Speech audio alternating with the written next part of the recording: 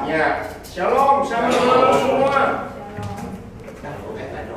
Shalom. Ulang shalom sama kalian semua. Shalom semua. Mana itu? Walaupun tema kita tujuannya man in Christ, tapi hari ini keluarga kumpul semua. Jadi yang baca temanya acaranya nggak apa-apa, pokoknya kita kuat.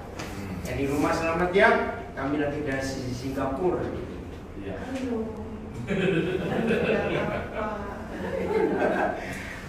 Anggota termuda. Iya, termuda ya.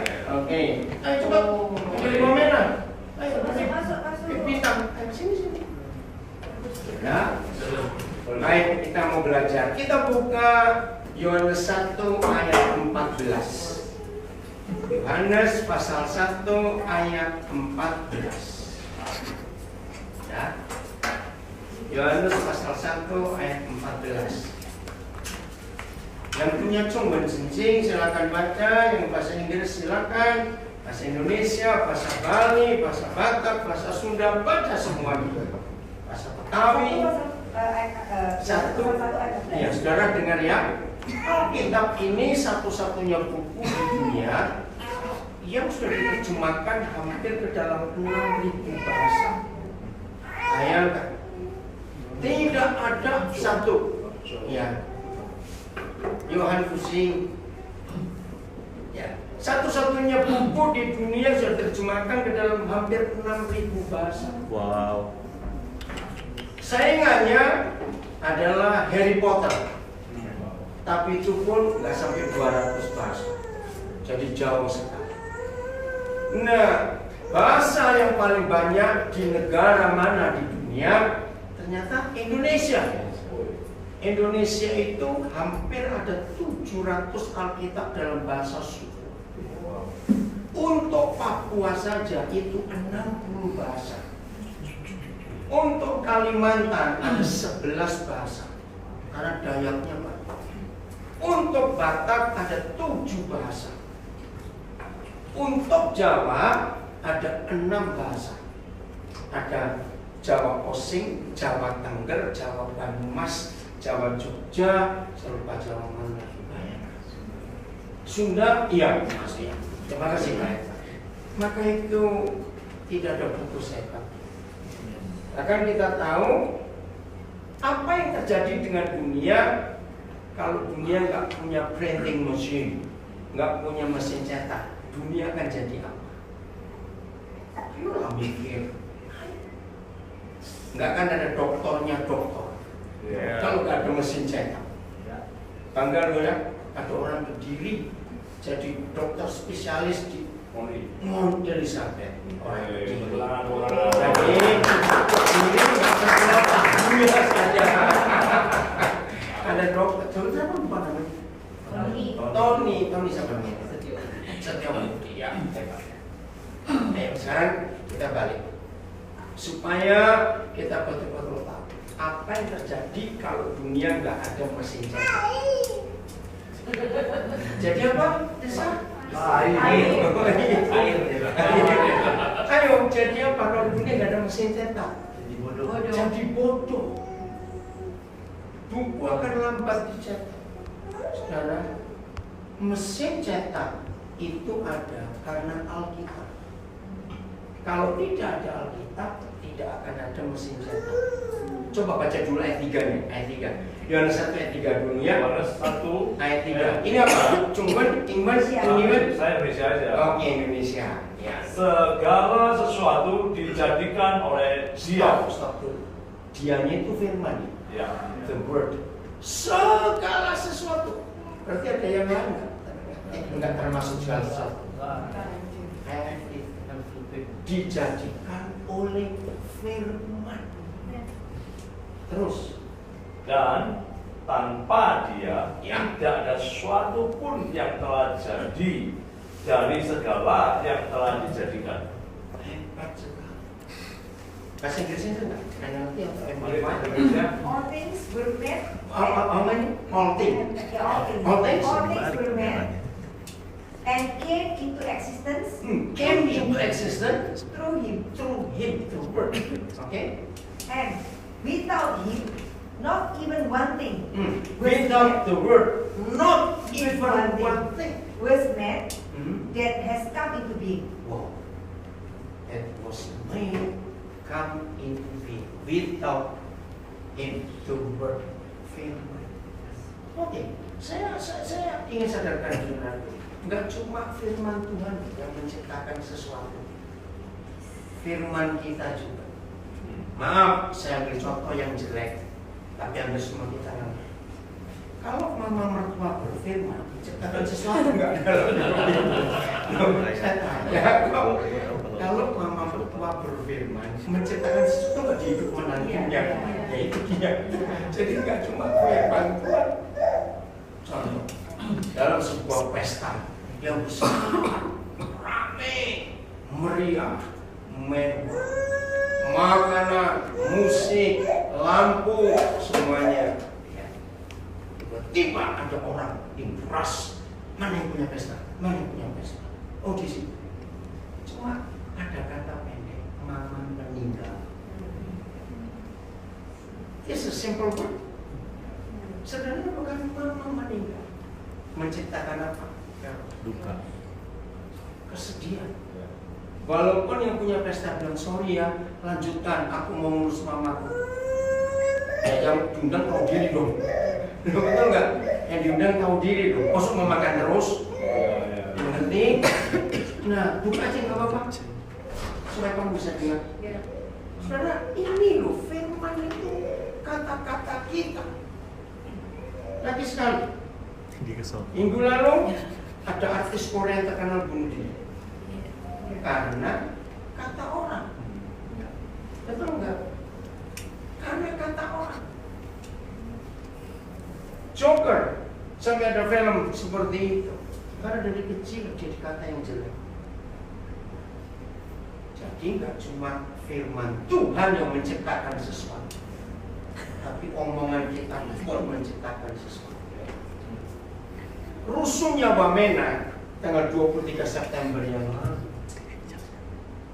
hanya ada kata yang salah. Seorang guru minta muridnya tolong baca yang keras. Ada orang nyampaikan S-nya dihilangin, tolong baca keras. Ribut. Ngerti nggak?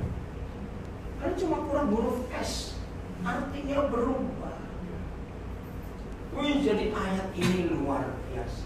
Firman, kata-kata Tuhan. Semua kita pasti pernah dengar ada orang sakit pun karena kata orang. Iya. Ada keluarga berantakan karena kata orang. Katanya itu loh kata. Kalau kata-kata manusia begitu powerful, apalagi kata Tuhan. Ya, amen. Maka itu ayat 3 ini luar biasa. Nah, segala sesuatu termasuk printing machine, termasuk mesin cetak. Kalau saya klik di Google, baca history, maka penemu mesin cetak satu orang di Jerman. Salah satu muridnya Martin Luther. Namanya Johann Gutenberg. Coba cek di Google. Johann ya, Gutenberg. Ya. Guttenberg. Kenapa dia penemu mesin cetak? Ketika Martin Luther berhasil membuat reformasi di Eropa, saudara sangat kagum dengan Martin Luther. Saya nggak bicara masalah gereja. Saudara baca, Martin Luther ini membuat Eropa berubah karena firman.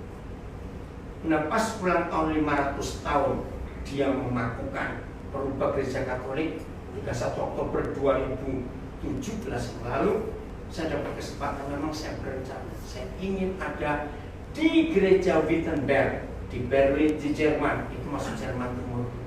Jadi pas 500 tahunnya saya ada di sana, saya bersyukur bisa melihat sejarah itu pertama kali saya ke Wittenberg gereja itu.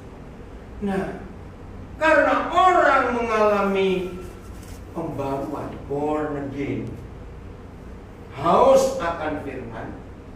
Zaman itu Alkitab itu ditulis tangan. bisa bayar. Nah sampai hari ini saya tuh cari volunteer, sukarelawan. Siapa mau nulis Alkitab, pakai tangan saya bayar. Itu saya bayar. Enggak usah yang bagus, catat, saya bayar. Saya ingin tahu berapa lama Kejadian sampai Wahyu. Ada yang mau coba nggak di Singapura di rumah? Nah, ketika reformasi terjadi, permintaan Alkitab, wow. Nah, salah satu penulis Alkitab itu Yohanes Gutenberg. Dia kuat. Mau selesai berapa tahun satu Alkitab, yang minta ribuan. Lalu dia doa. Nggak mungkin dia doa gini, Tuhan berikan mesin cetak. Belum ada. Dia doanya gini, Lord please give me something. Untuk membuat Alkitab firman-Mu ini bisa didistribute dengan cepat. Apa? Tidak tahu. Dalam sejarah hidup Yohanes Gutenberg, dia dibantu seorang pengusaha temannya dari Austria. Nah, dia mendarat. Kali-kali melakukan percobaan gagal, sampai akhirnya jadi mesin cetak yang pertama dibuat. Nah, pertanyaannya, berarti buku cetak pertama yang dicetak oleh mesin cetak pertama itu apa? Alkitab. Wow. Ini history, nggak bisa disangka. Dan ini baru salah satu dari all things yang dijadikan karena firman Tuhan. Betul? Ayat 14 sekarang. Apa kerinduan Tuhan atas kita? Lihat ayat 14. 1, 2, 3. Firman itu telah menjadi manusia dan diam di antara kita. Dan saudara, kalau kita baca ayat ini, jelas yang pertama, siapa firman yang jadi manusia? Tuhan Yesus. Dan diam di antara manusia. Dwell, berdomisili, pindah tempat. Oke, bahasa Inggrisnya. Kalimat pertama saya 14. And the word Christ became flesh Nah, and live among us. live among us. Nah, setelah Tuhan Yesus naik ke surga, firman itu jadi manusia. Ada yang mengaku kita bukan manusia? Saya tanya kok. Ada yang mengaku kita bukan manusia? Saya tanya. Manusia? Ya sudah, gitu loh jawab. Nah, setelah Tuhan Yesus, siapa manusia berikut? Kita. Saudara pernah sadar nggak ini kerinduan kita? No. Kita. Kita ini adalah firman yang jadi manusia. bukan Yesus. Pertama Yesus. Tadi kan Bapak sudah bilang, pertama itu Yesus. Tapi kan dia sudah naik ke surga. Karena jadi firman itu bisa ada di air, di Orchard Rock. Betul? Firman bisa ada di mana lagi? Yang terkenal Singapura. MBS. Firman bisa di Pasar Baru. Firman bisa di Wamena. Firman naik bus, naik MRT. Firman jadi manusia. Jangan saudara mikir terlalu ruwet, complicated, sederhana saja. Enggak usah, biasa. Terima kasih Gembala perhatian dan luar biasa.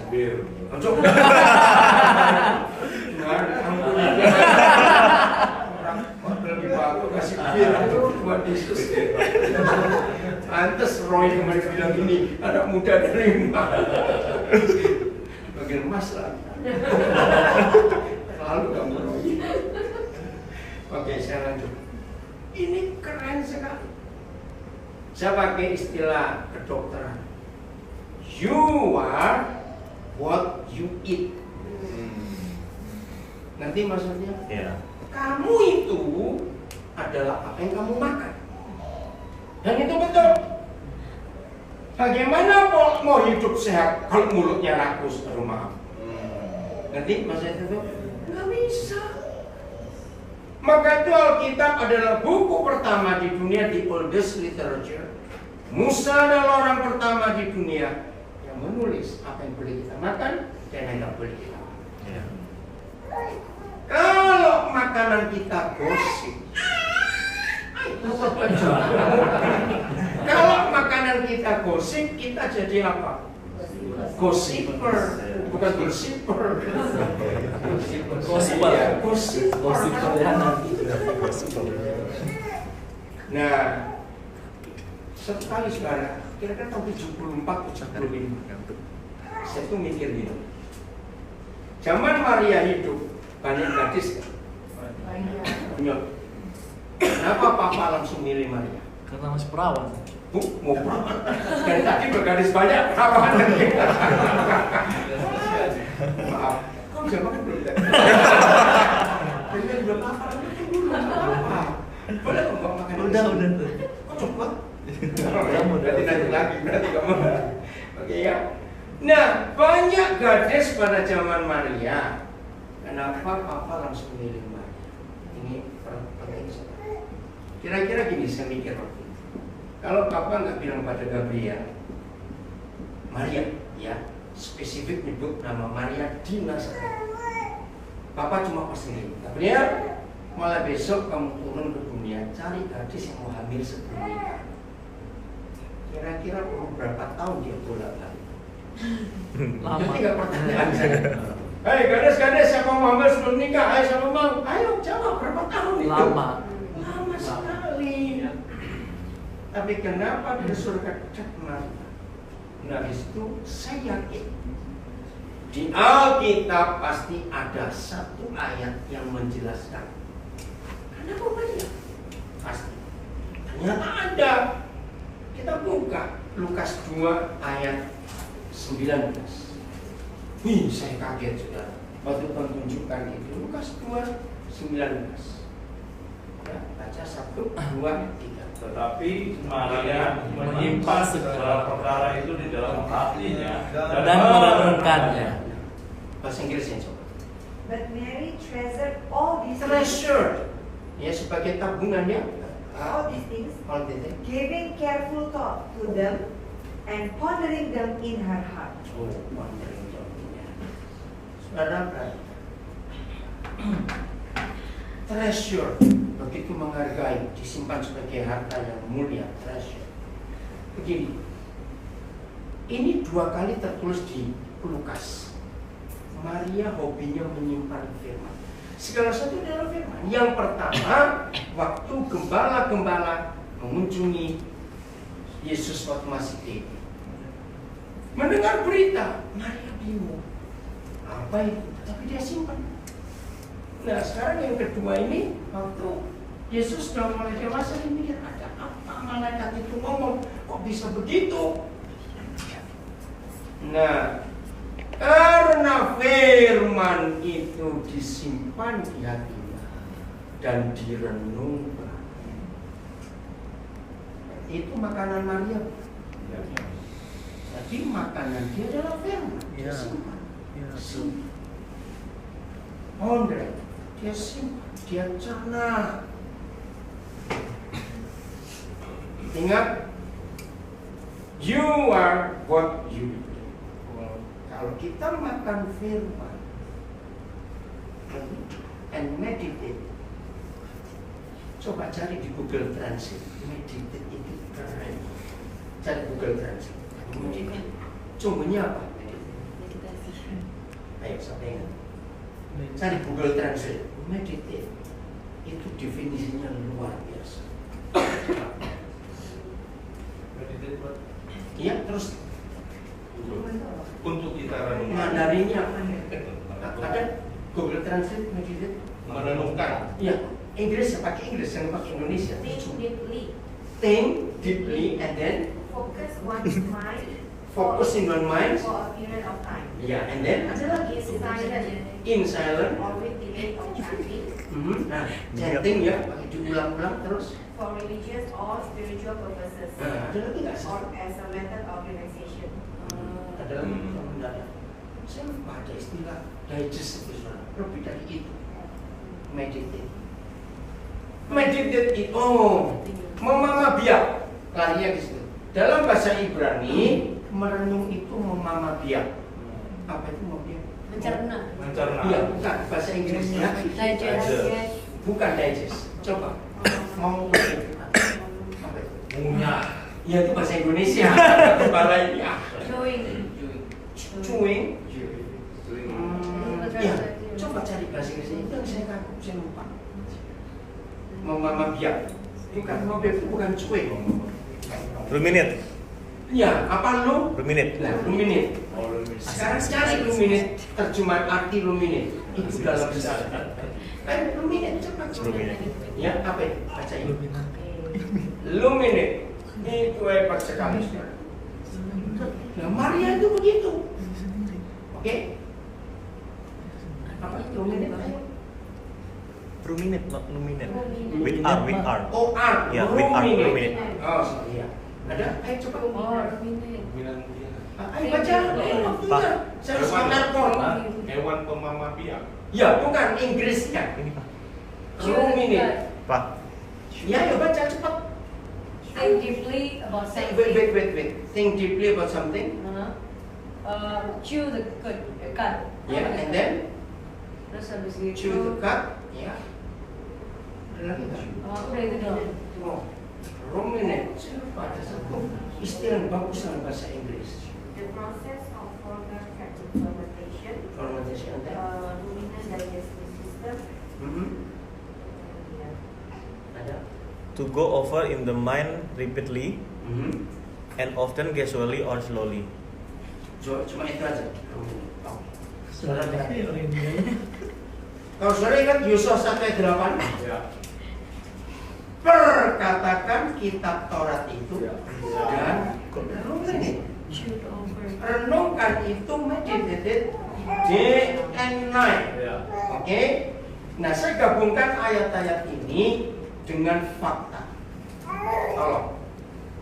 Mana lebih gampang nyantol dan dihafal? Firman Tuhan atau firman mama mertua? Ini penting nggak? Iya. Kenapa firman mama mertua lebih gampang dihafal? Karena kita ruminated. Mama mertua ngomong itu diulang-ulang loh. Kita pondering, kita meditate. Pada arti baru Pak. Apa itu? Ada lagi. Rumination is the process by which the organism bring back the consumed food back into its mouth and chew it over and over again, and such organisms are called ruminants. Ya. Proses. Bayangkan prosesnya itu diulang. Ada nih?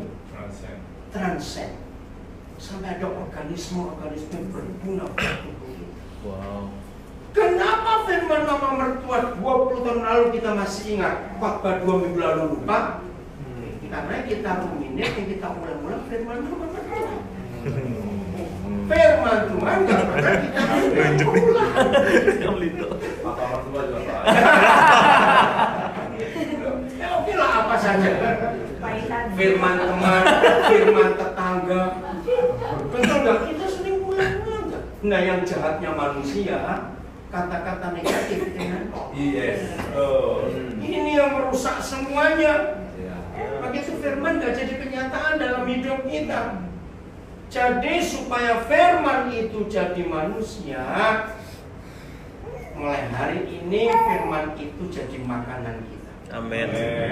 Supaya kita ini adalah apa yang kita makan. Kalau firman itu kesukaan kita, makanan kita, maka otomatis firman itu jadi daging, Ya. jadi manusia di hidup kita. Maka kemanapun kita pergi, orang melihat firman di hidup kita. Amin.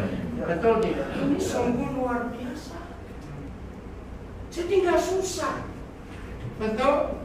Kenapa ada orang secara psikologi jadi seperti orang itu? Karena dia dengar omongan orang itu terus. Ya. Bayangkan kalau kita selalu dipengaruhi firman Tuhan, ya jadi kayak Tuhan loh. Sederhana sekali. Wow. Saudara, ayo mulai itu dari hari ini di hidup kita. Firman itu jadi manusia dan tinggal di antara orang-orang yang lain dalam hidup ini. Nanti nggak maksudnya? Dan itu sungguh luar biasa. Wih, dahsyat sekali dampaknya. Masa tidur dia. Saudara, ayo proses ini kita hidupi betul-betul. Amin. Supaya dengan cepat firman jadi manusia. Akhirnya, kalau saya berkata dengan Yesus sekarang enggak. Akhirnya orang-orang lain nggak perlu baca Alkitab, cukup lewat lihat hidup kita. Wow. Yeah, true. Yes. Karena firman itu jadi kita. Maka itu Paulus pernah berkata, kita ini surat yang terbuka, firman yang terbuka. Artinya semua orang bisa baca. Bukan berarti tiap kali ngomong kuat ayat, jangan. Tapi garu-garu ayatnya keluar. Orang Farisi. Orang lari semua dari kita. Kenapa? Iya, hidupi. Kita nggak usah ngomong, tetapi lewat hidup kita ini orang lihat ini firman. Itu yang Tuhan inginkan atas hidup kita. Kalau kita terus meditate, ruminate dengan firman itu, kamu jadi daging. Siapa yang pernah ingat Tuhan Yesus pernah ngomong di Pewahyuan kitab Wahyu pasal 3, apakah muntahkan kamu? Itu satu-satunya ayat muntah. Maaf, jangan ada yang merasa jijik atau nggak enak, tapi saya mau cerita. Sampai hari ini saya belum pernah dengar ada pendeta khotbah tentang muntah, kecuali seorang hamba Tuhan dari Surabaya, namanya Ibu Els Rehata, sudah meninggal tahun 78. Waktu itu saya ikut paduan suara di sebuah gereja. Nah, Ibu Els, saya tahu sama.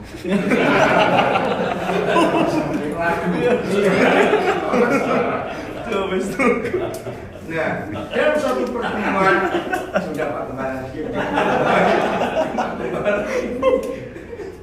Nah, dia ngomong soal muntah. Nah, papanya dokter. Saudara klik di Google dokter Rehata, yang terkenal di Surabaya, Surabaya. Maaf, saya berkata, dia berkata, kalau ada orang muntah, maaf, itu pasti makanan yang belum didigest, belum dicerna. Makanan yang sudah dicerna, didigest, itu nggak bisa dimuntahkan. Pikir, lalu maksudnya apa? Bukankah kita ini tubuh Kristus? Jadi Yesus kalau makan kita, maka hidup kita itu kan jadi tubuhnya.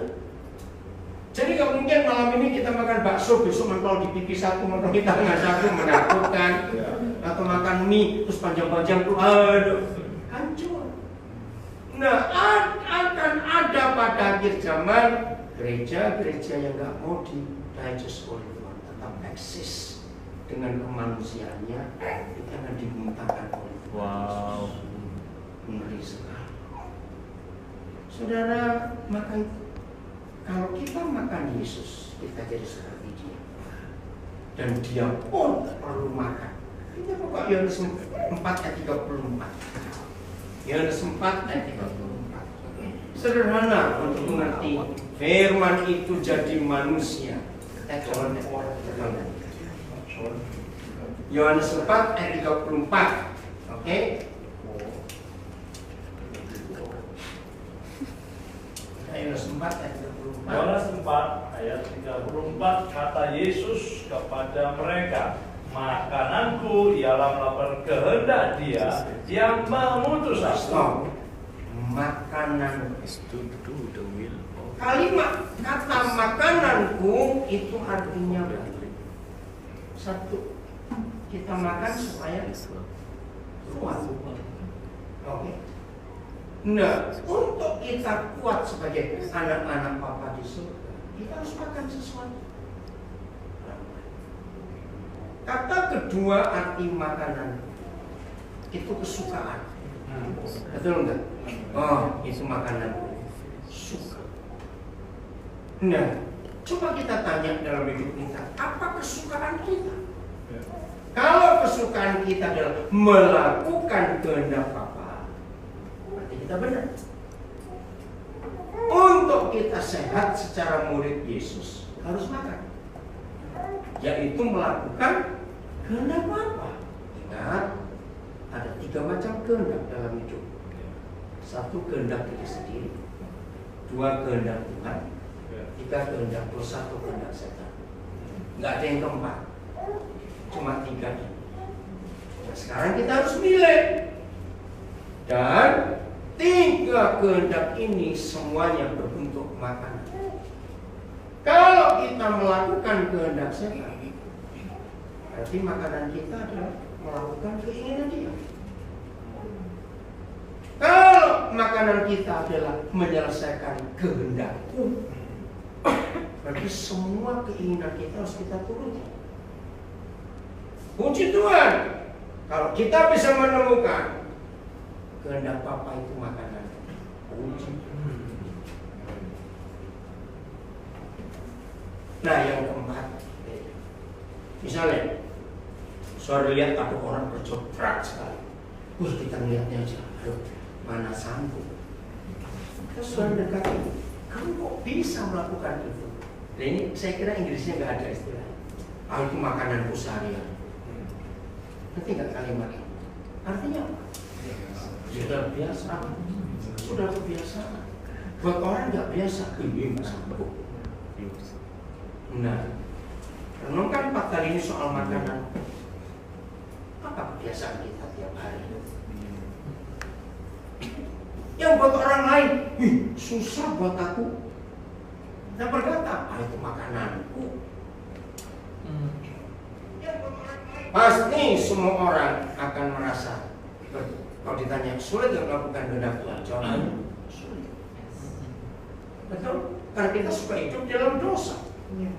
Tapi kalau kita memutuskan hari ini kesukaanku, makananku, hobiku, dan semua tadi itu adalah melakukan kehendak Dia, itu luar biasa. Maaf saya beri contoh yang nggak baik. Tidak semua orang ngerti, apalagi yang lama di Singapura. Kita pulang ke Indonesia, yang mungkin di Singapura bisa lihatnya di agama-agama tertentu ada orang kuat bisa jalan di atas api, dibusuk macam-macamnya, debus macam-macam. Rahasianya cuma satu. Ada orang yang sudah lama melakukan puasa gelap, tapi kok hebat-hebat, nggak sakti. Ada orang yang baru gabung, mungkin baru 3 bulan, langsung sakti. Jawabannya di ayat ini. Siapa lebih nurut kehendak setan, itu cepat sakti. Taat, jangan tidur 3 malam, puasa begini, harus itu. Ngerti nggak contohnya? Ya. Itu betul. Ikuti semua kehendak siapa, maka kita akan jadi siapa itu. Simpel sekali.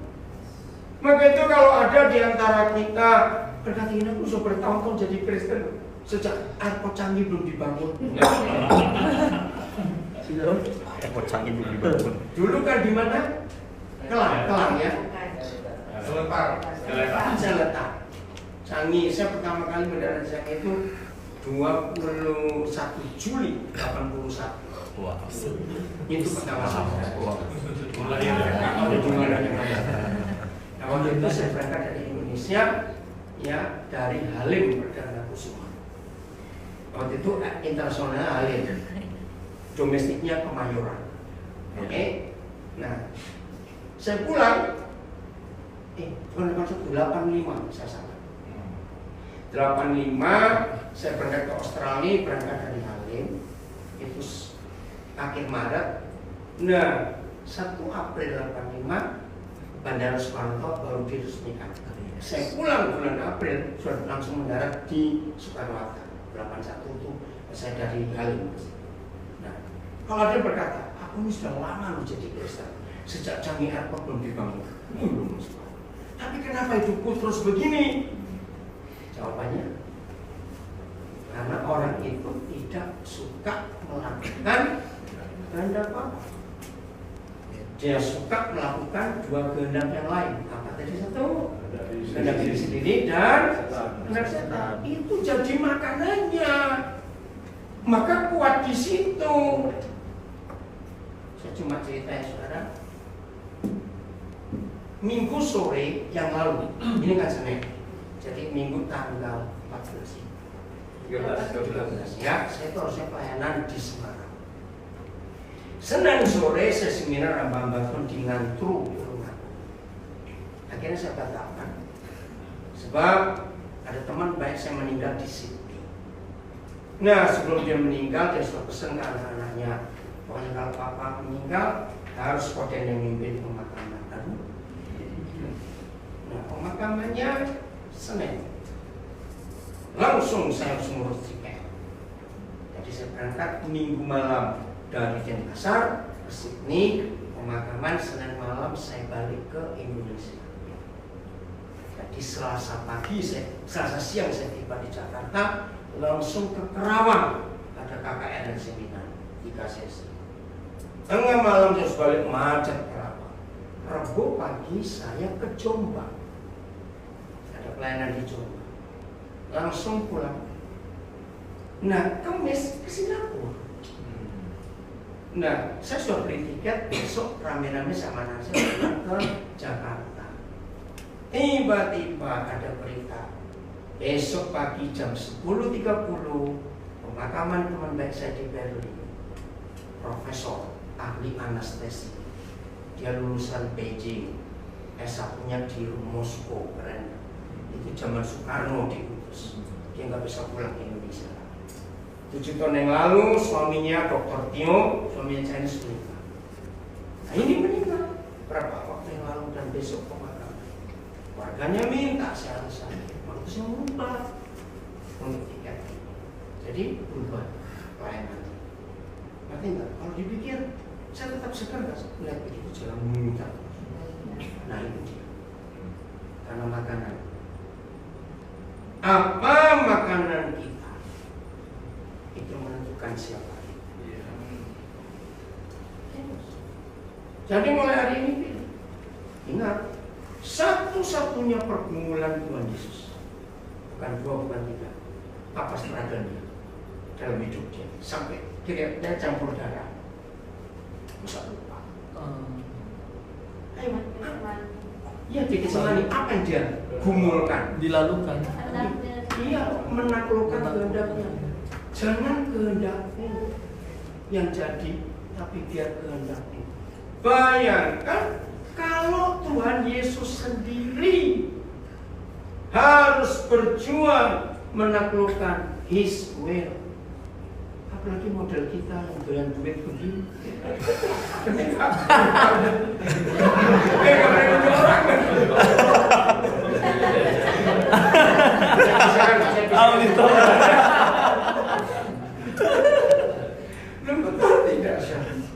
Jadi satu-satunya pergumulan kita itu bukan yang lain, melawan kehendak kita ini. Ini susahnya luar biasa.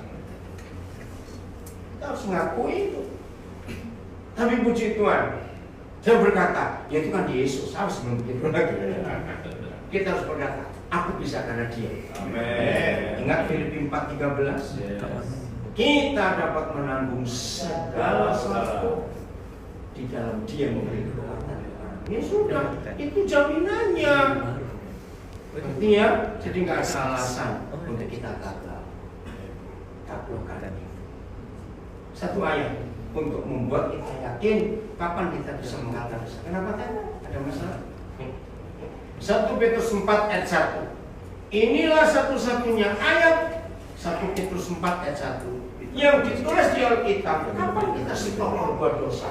Bukan doa puasa, bukan doa kelepasan, bukan ini punya apa atau bukan aja tidak lebih. Inilah satu-satunya ayat yang membuat kita stop berbuat dosa. Nah, 1, 2, 3. Jadi karena Kristus telah menderita penderitaan badani, kamu pun harus juga mempersiapkan ini dengan pikiran yang dulu.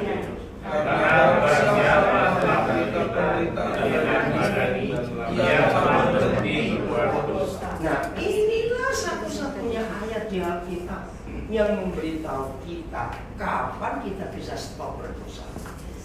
Waktu kita siap menderita secara fisik. Coba baca bahasa Inggrisnya. Oh, ada Combon silakan. Oh Pak, bisa baca Combonnya. 1 Petrus 4 ayat 1. Satu susah.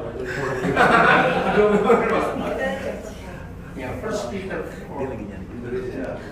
Oke, bahasa Inggrisnya. Bahasa Indonesia boleh. Oh, boleh. Sedap. Jadi karena Kristus telah menderita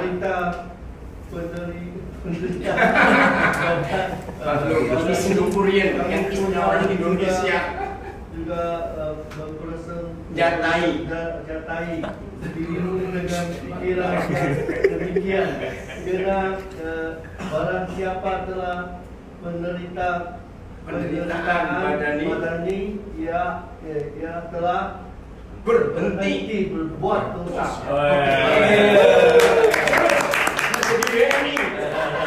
Ya, mau baca apa cuman? Ayo, please. Ayo, urusan Taiwan udah bisa. 来，基督在柔身受苦，他们也当讲这样的性质做兵器，因为在肉身受过苦的，就已经以罪断戒掉。 Sama yang berbeda. Jangan. Contoh kecil, orang ingin berhenti merokok, nggak usah pakai cara macam-macam. Siap tersiksa nggak kalau stop rokok? Iya. Iya, tersiksa. Tersiksa. 3 hari selesai. Iya. Begitu kalau orang yang terikat dengan drugs atau 3 hari menderita, mau teriak, mau nangis, mau mukul silakan. Itu sama saya menderita. Wow. Apa saja, mau percabulan, mau perjudian, mau alkohol, semuanya yang diakhiri siap menderita. Secara fisik, bahasa Inggrisnya. Therefore, since Christ suffered in the flesh Suffered in the flesh, dalam daging, ya. and died for us, arm yourself Arm yourself, persenjatai dirimu. with the same purpose, Amin. being willing to suffer Willing to suffer, nggak dipaksa. for doing what is right and pleasing God. Amin. Dan Because whoever has suffered in the flesh nah, siapa saja menderita secara fisik, is done with intentional sin, having stopped pleasing the world. having stopped pleasing the world, berhenti menyenangkan dunia, capek, siap menderita secara fisik, supaya firman itu jadi manusia. Kita tolak bentuk makanan apa saja yang lain. Firman. Kesukaanku, makananku yang melakukan kehendak Dia. Jadi tiap saat ketika ada tantangan dalam hidup kita, pilih. Galatia 5 ayat 16-17. Ayat terakhir, baru lanjut Pak Pendeta, Pak Gembala Khotbah. Kalau khotbah panjang, saya pergi langsung. Ya masih malam kok, pesawat saya jam 5 berapa? 12 kurang 10. 16-17. 5 ayat 16-17. Galatia 5 16-17. Judulnya apa? Hidup menurut daging atau Nah, hidup menurut daging atau roh. Kita harus milih. Ayat 15 16 1, 2, 3. Maksudku ialah hidup roh, makanan tidak diberi daging. Dunia, maksudku hiduplah oleh. Ingat, dalam Galatia 5 hanya ada 2 kekuatan dan kita harus milih. 1 kekuatan roh, 2 kekuatan daging. Kekuatan daging, flesh, sudah ada sejak kita masih dalam kandungan. Kekuatan roh itu muncul setelah kita dewasa, memberi kesempatan Roh Kudus bekerja dalam kita atau tidak. Oke, jadi kalau kita hidup oleh roh, maksudku ialah hiduplah oleh roh. Artinya diatur, dipimpin, disetir, dikendalikan, diperbudak, dipaksa oleh roh, maka kita stop melakukan daging. Apa Tapi ayat 17.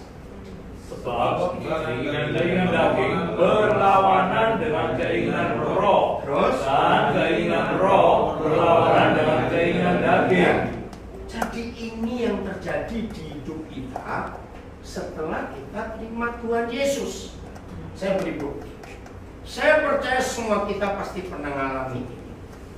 Aneh ya, dulu sebelum aku bertobat, buat apa saja enak itu. Ya, betul. Tapi begitu aku percaya Yesus, baru salah ngomong saja. Padahal kita nggak tahu kalau kita salah ngomong. Apalagi dosa besar. Nah itu perang. Maka itu ditulis 2 kali kebalikan. Keinginan roh berlawanan dengan keinginan daging. Keinginan daging berlawanan dengan keinginan roh. Coba baca dalam bahasa Inggris tuh.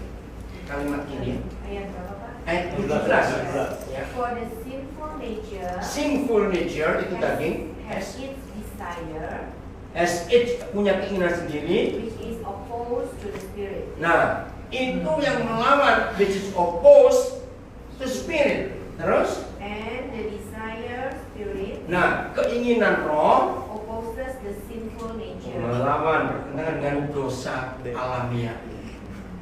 Nah, dulu sebelum kita terima Yesus, dosa kita nggak ada saingan.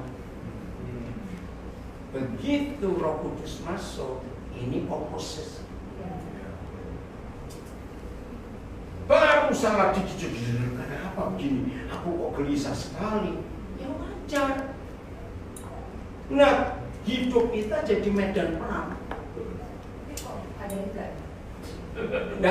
Nah, kalau enggak, itu punya 2. Satu, Roh Kudus belum ada. Dia cuma Kristen biasa. Yang kedua, nah, Gosiper itu. nah, Dosa-dosa. yang kedua, dengerin. Yang kedua, berarti dia memadamkan roh. Ya, itu. Roh Kudus ngomong, dia ngambek. Pegang. Iya, jadi pasti salah satu di antara 2 orang itu merasa ini loh kita harus. Setelah itu, nah ini kalimat bahasa Indonesia membingungkan. Coba lihat ayat 17. Ayo, 17 ya. Karena keduanya bertentangan. Iya. Karena daging roh bertentangan, terus Sehingga kamu setiap kali tidak melakukan apa yang kamu kehendaki. nah, ini cuma yang membingungkan. Maksudnya begini. Karena keinginan roh dan keinginan daging selalu berlawanan. Ketika mereka sedang perang di hidup kita, jangan melakukan yang daging kehendaki. Langsung pilih yang roh inginkan. Jadi ada pause sedikit. Waktu kok gak enak ya? Aku gelisah. Saya percaya semua kita ngalami. Ya contoh, dulu kita terikat pornografi. Nah, Begitu kita stop, tiba muncul keinginan. Itu perang, nggak enak semua. Bagaimana? Nah, ketika dua-dua sedang bertentangan, kita diam. Tuhan tahu. Pilih mana kehendak kau. Lakukan yang ini. Begitu kita milih yang benar, yang satu pasti tahu. Tapi manusia kita kurang ajar. Betul enggak? Manusia kita ini kurang ajar. Selalu kalah yang kehendak roh. Ya, nanti pulang baca Roma 6, Roma 7. Cuma pasal kitab Roma itu Paulus tulis soal itu. Aku ini manusia celaka. Aku ini ingin yang baik. Kenapa yang jahat datang duluan? Itu pergumulan kita. Maka itu kita sulit menjadi firman yang jadi manusia. Kamu kok bangun lagi? Tidur? Mau dengar firman ya? Ini masalahnya dalam hidup kita. Tapi kalau hari ini kita mentaati firman, aduh hidup itu luar biasa. Lakukan terus yang Tuhan inginkan selalu. Percaya nggak? Kita mulai di tren hari ini, kita akan jadi luar biasa. Amin. Percaya firman akan jadi daging dalam hidup kita, dan kita jadi firman. Kembali terakhir Yohanes 4:34 belum selesai. Bagian kedua belum. Yang kedua, kalimat kedua berarti Yohanes John Ya, for 4 ayat 3 kembali lagi. Tuhanku Yesus. Makanku yang melawan kehendak Dia yang mengutus aku dan menyelesaikan pekerjaannya. Nah, menyelesaikan pekerjaannya. Artinya Papa kita di surga punya proyek-proyek besar nggak? Iya. Punya nggak? Punya? Nah, dia ingin melibatkan kita jadi subkontraktornya. 434. Amin. Siap jadi subkontraktor kerajaan surga? Amin. Presiden Jokowi baru dilantik kemarin. Pasti banyak kontraktor dekat-dekat ingin dapat proyek untuk ibu kota baru. Kalau itu mau daftar? Saya bangun gereja aja. Untuk berkati kita semuanya.